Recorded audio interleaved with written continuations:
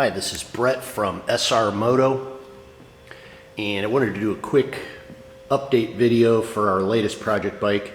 This is our 2019 Honda CRF450L Supermoto conversion.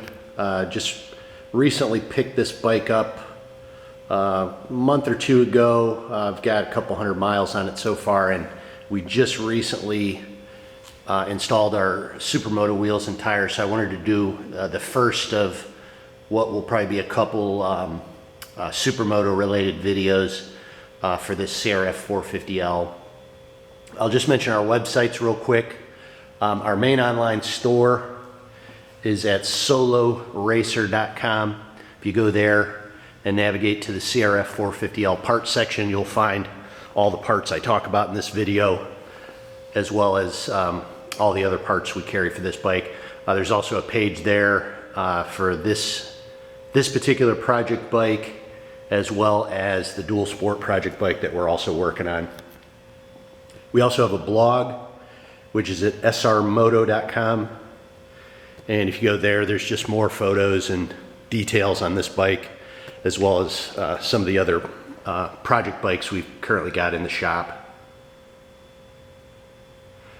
So I'll just kind of do a walk around of this and talk about the parts that we've got installed. We do have a separate video on the channel that goes a little bit more in depth on what it takes to convert this bike to a Supermoto, so you might want to watch that. I'm just going to kind of quickly talk about the parts. I'm filming this video in December of 2018. There's not a lot of parts available for this bike yet. You'll notice we don't even have like an aftermarket exhaust or anything on it. So we'll be doing more videos as more parts become available for these bikes. So I'll kind of start with the Supermoto specific parts. The main thing we're doing obviously is going to be switching over from the stock knobbies over to the street tires. So we've got 17-inch wheels and tires on the bike now. I'll start at the front here. We're running Warp 9 wheels. We are a Warp 9 dealer, so these are available on the website. The front wheel is a 17 by 3.5, and we've done the gold rims with black hubs and silver spokes and silver nipples. You can get a bunch of different color combinations. When you go to order these, you'll be able to choose, what color you want for the rims, hubs, and so on. You can kind of really customize them and get them to look the way you want. As far as the front brake rotor, we have the stock rotor installed on the bike. We swapped it over from the stock front wheel. Again, I'm filming this December 2018. As of right now, Warp 9 is working on front rotor for this bike. What they've had to do is accommodate the, what you'll see there, it looks like an ABS ring. That's for the speedometer and odometer, for the little sensor to read off of. And you'll notice that it is attached to the rotor itself. So Warp 9 is having to do their own rotor with that ring installed. That way your speedometer and everything still work. So for now, we've just done the stock rotor, which works fine on the bike.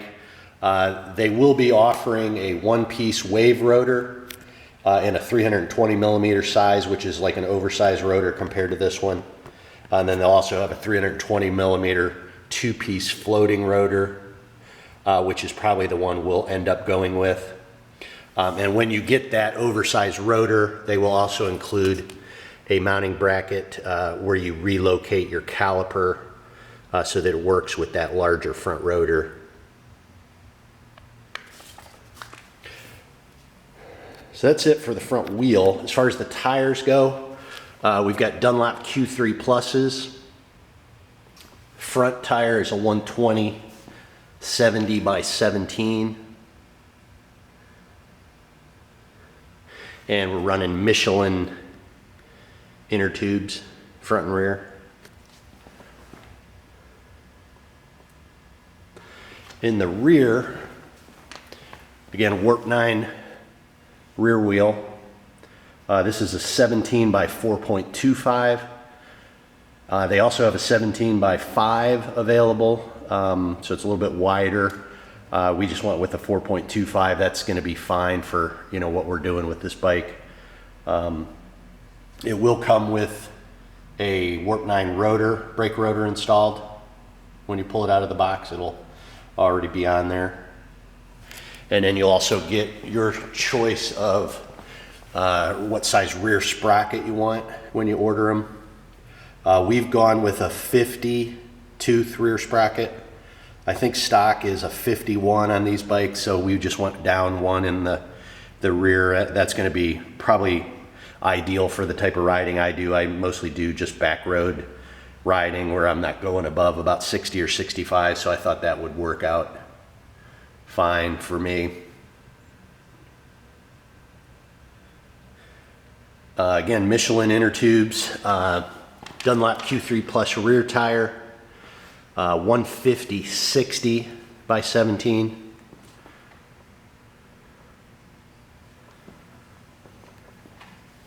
Now the rear wheel, you know, bolts right on. Don't really have to do anything special to get the rear installed. In the front, you do have to do a couple things to accommodate that smaller and wider front tire. First thing you'll notice, I've got the brake line, front brake line, and the speedometer cable routed to the outside of the fork leg. If you leave it on the inside, you might be able to relocate it, but you got to be careful that it's not going to rub on the tire, so I just kind of moved it to the outside of the fork leg. Then the other thing you're going to have to do is trim your lower fork protectors. If you don't, the tires are going to rub the plastic. Most people will probably just trim the stock lower fork protectors. I bought a pair of Cherubies protectors in white, and you'll notice I kind of just cut them straight down the side. That way there's plenty of clearance with the tire. If you don't trim them, they will rub the tire. And that's pretty much it in the front. Other than that, you know, everything bolts right on. You reuse your stock wheel spacers, front and rear. So that's about it for the wheels and tires. I'll just mention a couple of Supermoto specific parts. The mirrors, we got rid of the stock mirrors, and we've got our Supermoto street mirror package, which is these clamp-on mirrors, which clamp on right by the controls. These are our favorite mirrors for Supermoto street riding. You can see really well out of them. You can see kind of along your sides. You can see behind the bike to your sides. They don't vibrate at all, which is a bonus on a bike like this, which does vibrate a little bit. So that's our Supermoto street mirror package. And then as far as foot pegs go, I've got 2 different foot pegs installed on this bike just to kind of show what would work for a Supermoto. On this side, I've got the Zeta aluminum foot pegs. These are available in black or red. They are aluminum, so they're very lightweight. Got pretty aggressive teeth on those, so plenty of grip. And simple bolt-on. They reuse the stock foot peg springs, so very simple installation. And then on the other side is more of a kind of a Supermoto specific foot peg. These are the DRC motard foot pegs, or sometimes called DRC Supermoto foot pegs. And these, they don't stick out quite as far as the stock pegs, so that way they'll kind of keep them away from the pavement. You know, when you get the bike leaned over in the corners, they just don't stick out as far. They've also got these little plastic pucks on the bottom, the red plastic there. That's to protect the foot peg, and also if you do contact the pavement, it'll slide across the pavement as opposed to digging in to the pavement, you know, possibly causing a crash. So that's the DRC motard foot pegs.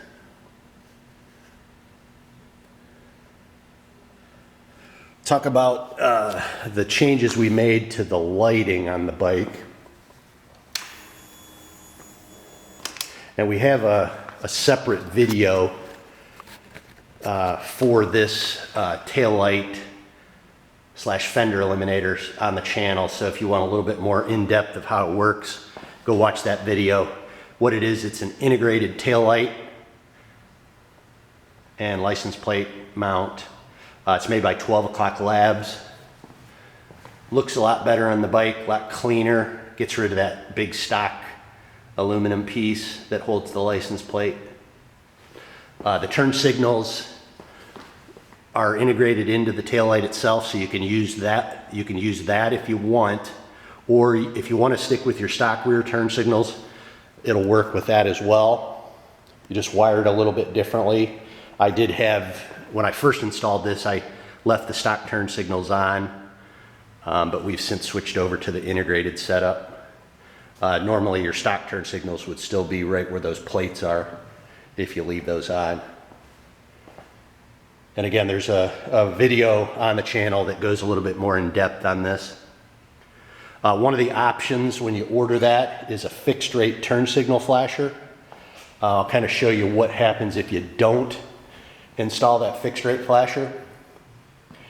We kind of on purpose did not install it just so I can show what happens is your stock front turn signals will just flash faster than they normally do.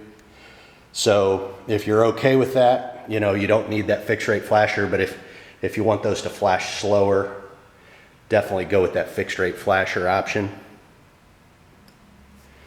So that is the tail light. What else? Handguards. We've got a separate video on the channel for these as well. This is our Zeta Pro Armor handguard package.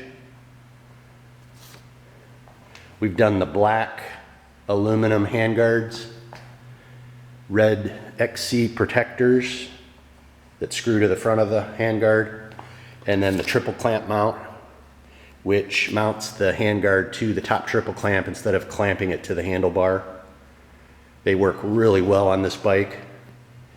One of the options when you order these, you can get the integrated front turn signals that install in those little holes there. We're gonna do that at some point. We'll probably get rid of the stock front turn signals at some point, and that will be in the handguards. We run those on a lot of our bikes. We'll do probably a separate video show that once we get those installed. Seat Concept seat. These are one of our favorite mods to these bikes. Typically the stock seats on these bikes are very uncomfortable. They're real narrow. This bike particularly has a very narrow stock seat.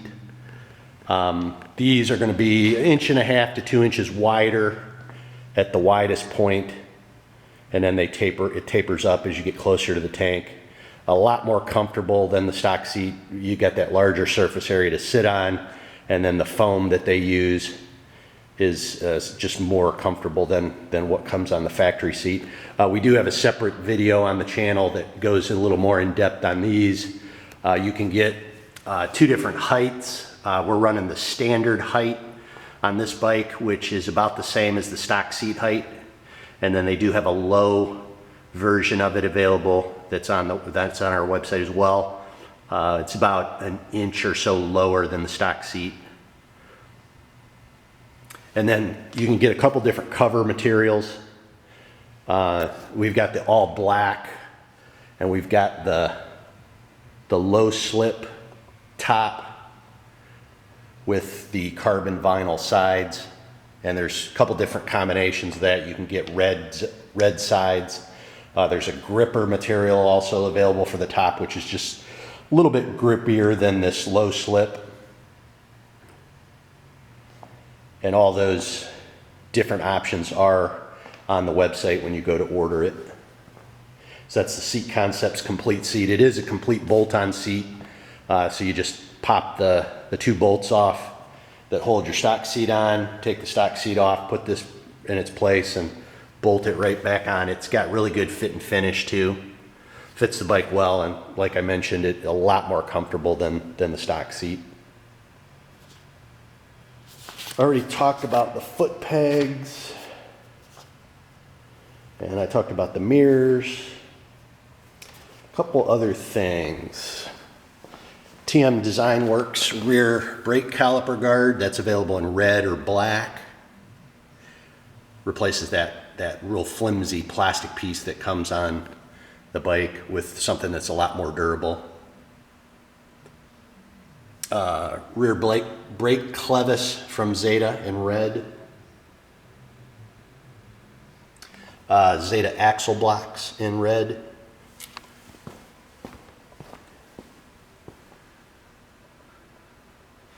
Zeta clutch cable guide in red.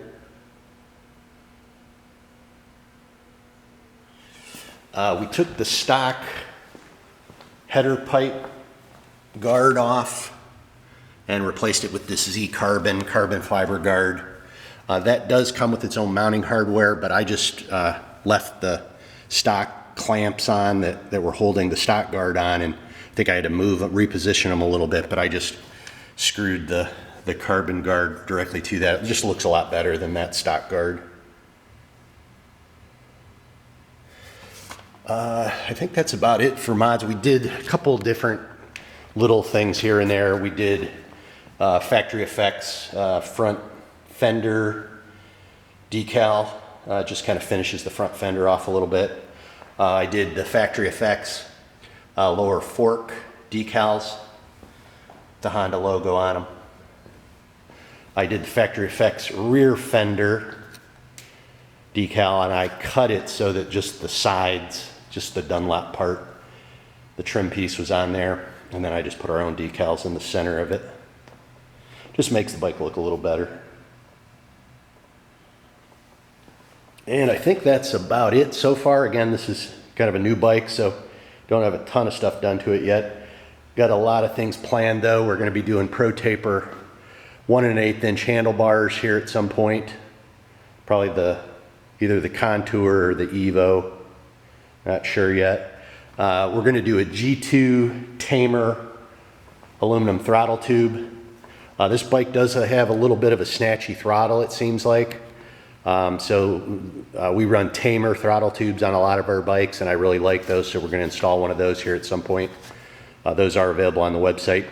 That'll help with that snatchy throttle, and also for off-road riding, you know, tight woods riding and stuff like that. The Tamer throttle tube's a real nice upgrade, and it gets rid of that cheap plastic throttle tube that these bikes come with.